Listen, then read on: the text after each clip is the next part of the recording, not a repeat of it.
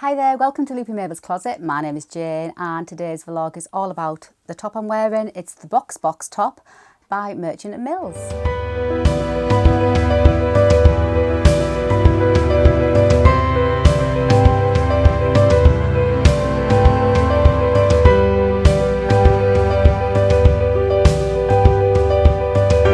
So hi and welcome back, and if you've just found my channel, hello and welcome. Please don't forget to hit the subscribe button and the little bell, the usual spiel, if you'd like to follow along with me, and then you won't miss out on any of my vlogs that I do bring out. I try to bring out at least 2 vlogs a week, and it's usually something to do with obviously fabrics, patterns and things that I've made. So if you hit the bell, then you won't miss out on any of them. So yeah, as I said in the intro, it's all about this fabulous top. I mean, I am absolutely in love with it. And I say that with everything I make, which is good going for me so far. I don't think I've said anything on here that I'm not all that impressed with. So I'm doing well so far, but absolutely really do love this little top. It's another one by Merchant and Mills. This is the second one I've done now. I did the Florence top. I'll put the card for that up there if you're interested in that one. But I've had this pattern for quite a while, months. We're talking probably before Christmas.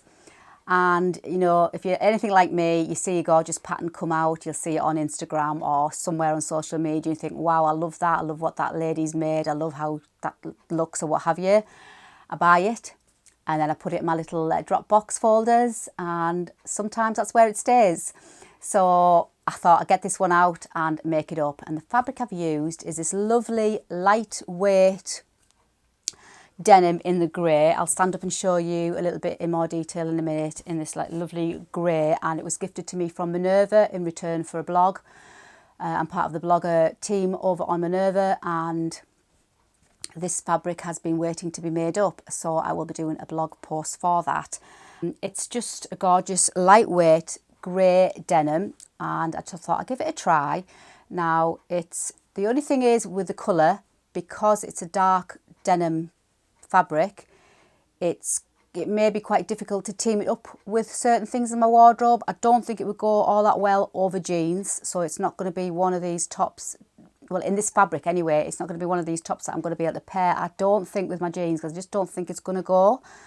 But it will go with block colours below, and if you follow me, you know I tend to always wear trousers. I'm not a great skirt person. So today I've got it over my wide leg pants that I made recently in the cerise pink cord. So without further ado, I'll stand up and show you the top in a little bit more detail, and then I'll go into the pattern itself. So as you can see, I'm wearing it with my pink corduroys, which goes really nice, and obviously I've just paired it with my pink brooch, but I think I might make myself a brighter pink raggy brooch with maybe some of the offcuts of the pink corduroy that I've got left, and that would make a nice pairing and coordinate the colours together, I'm thinking. So as I say, I don't think it's going to be a top in this fabric anyway that's going to go with jeans, but it will go with my mustard Jenny pants, it'll go with obviously these bright pink, it'll go with my Pietra pants in the green, it'll also go with my pale pink Pietra pants. So it's going to go with lots of like block colour bottoms, but not jeans. In this fabric anyway, I'm going to definitely make it again because I love it. And it's got the gorgeous pleat detail at the front with that top stitching, zigzag effect, and short sleeves and a little button fastening at the back with a rouleau loop, and it's just a pretty little top. It's just, I just love it. It's just not overstated, there's not an awful lot going on it, but this detail at the front definitely gives it something. It just gives it a little bit of wow factor, which I like, and I just love how it looks on me. I just love the length of the sleeves. I did size, what size did I do? I did size 10, purely going off the body measurements. I will show you the line drawings of it so you can get maybe a bit better idea, and I'll pop pictures up of me obviously in the garden and parading about as you do, just to give you an idea what it looks like me twirling about, just so you can see what how it moves and what it looks like and the length of it, and just puts it into a bit more perspective when I'm actually moving in it. And I wish I'd made it earlier, I swear. I love it, I absolutely love it. I love this one, I love the Florence top, and I've got a few more of Merchant & Mills patterns to have a go at, and I am hooked, totally hooked.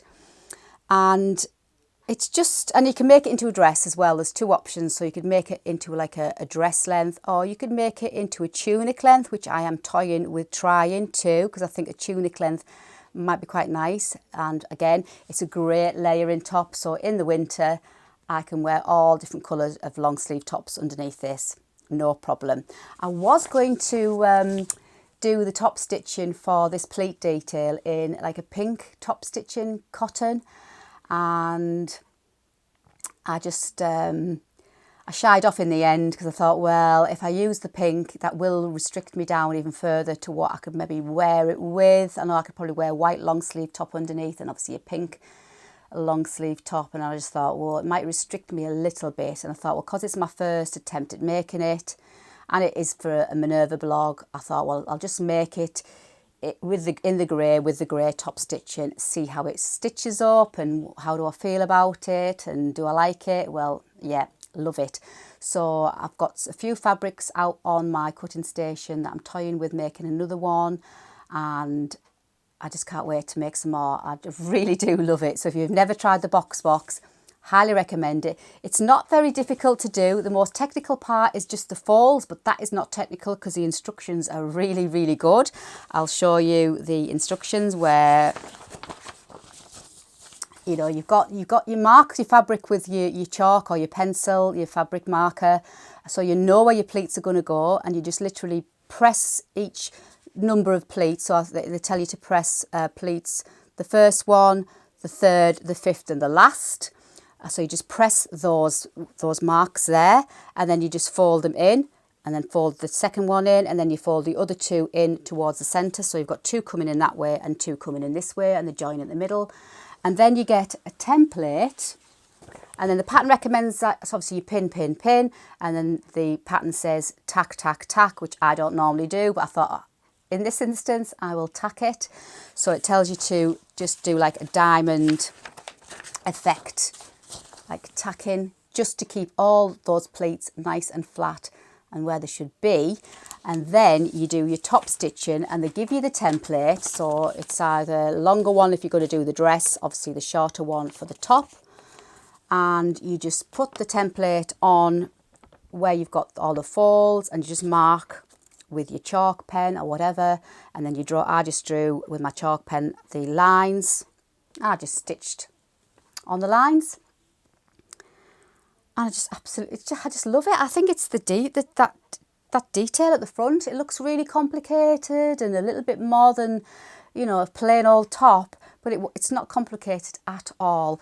And if you're out, seriously, and then you just put the front to the back, you do the hems, you stitch up the sides. The sleeves are fitted, so you just fit the sleeves in, and as long as you pin, as I've said before, when you're fitting sleeves, you think there's far too much sleeve that's going to fit into the armhole area, but if you pin and just keep on pinning, pin the life out of that sleeve, for some magical reason, all that excess fabric disappears, and you literally sew your sleeve in, and there's no gathers. It's just you know, inserted the sleeve. No gathers, but when you're actually putting it in there, you think there's no way that's not going to go in there, but it seriously does. So nothing technical there. You just make a rouleau loop, one rouleau loop, which I did. I used my loop turner.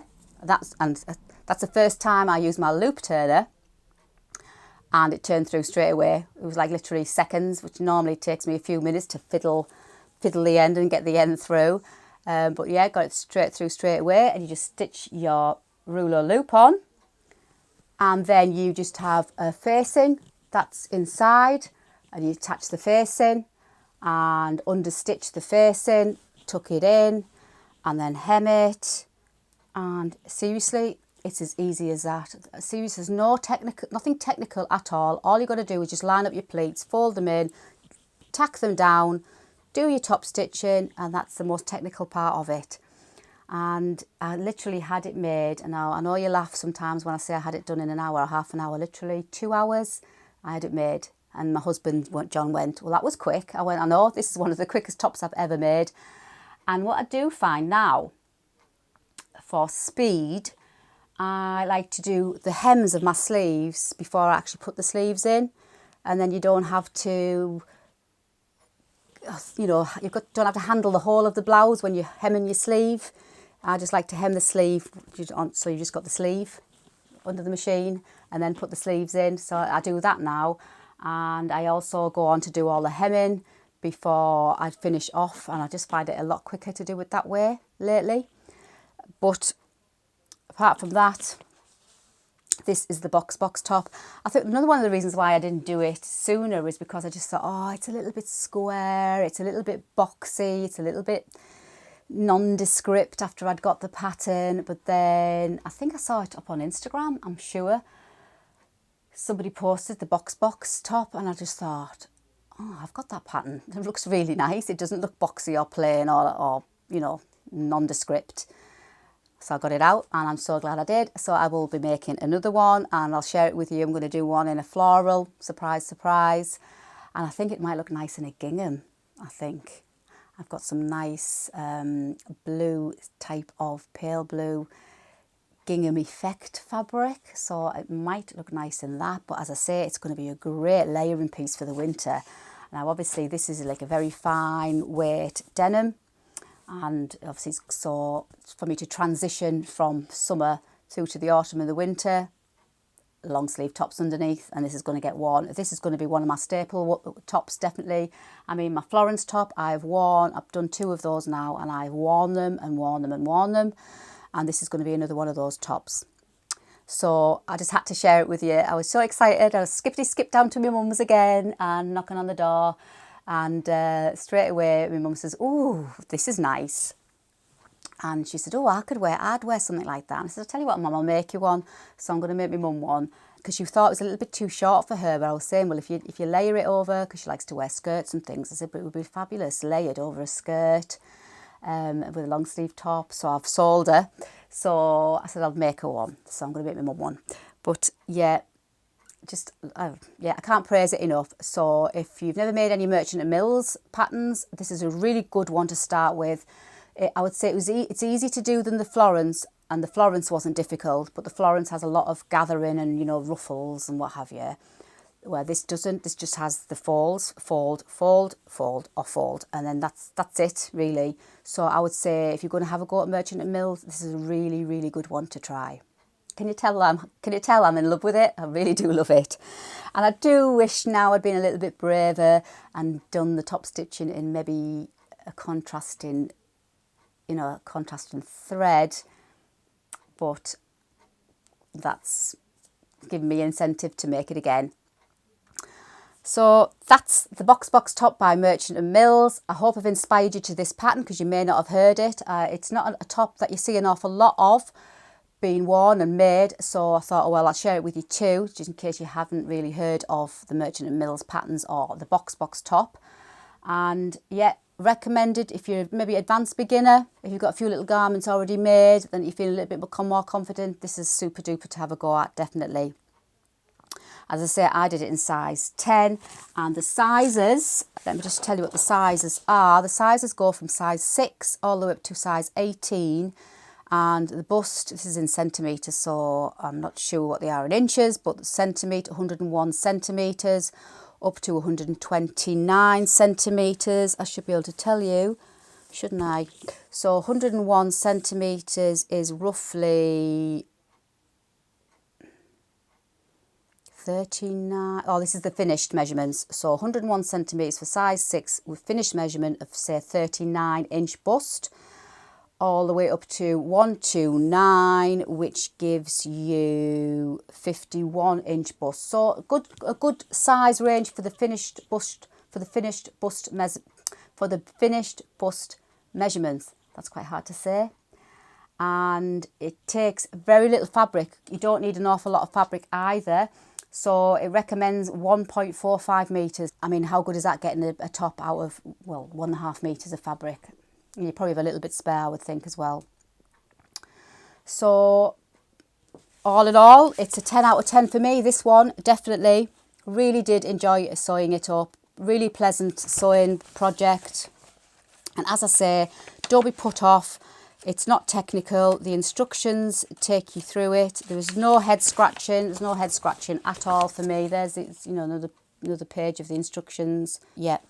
So 10 out of 10 for me. So that's the box top by Merchant and Mills. And I'll put the link to the pattern in the box below. And I'll also put the link to this gorgeous lightweight denim fabric as well in the box below if you fancy having a browse.